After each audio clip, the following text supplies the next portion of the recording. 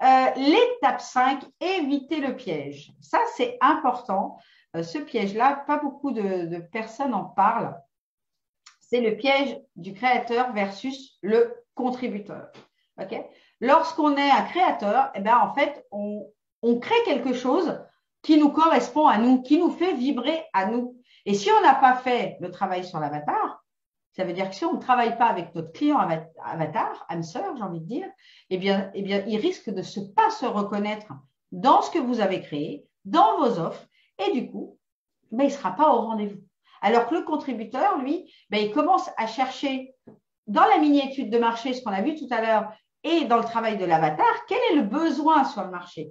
Il se demande ensuite si c'est bien aligné avec lui, comment il va pouvoir y mettre plus de soi, comment on va y mettre plus de son unicité, d'accord, de sa touche personnelle, de sa zone de génie et d'expertise. Et il est certain, il va créer son offre, son accompagnement en fonction de ça, et du coup, il va être certain que la thématique et que l'objet de cette offre va vraiment correspondre à sa niche. Dites-moi un petit peu dans le chat si ça vous parle, si peut-être vous avez créé des choses et que vous avez été peut-être plus dans le créateur ou pas.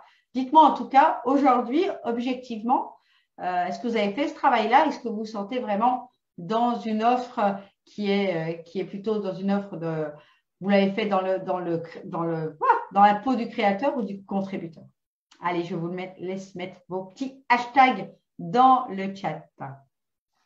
Ensuite, l'étape 6, la promesse, la clé différenciante. Alors ça, c'est hyper important pour passer votre message.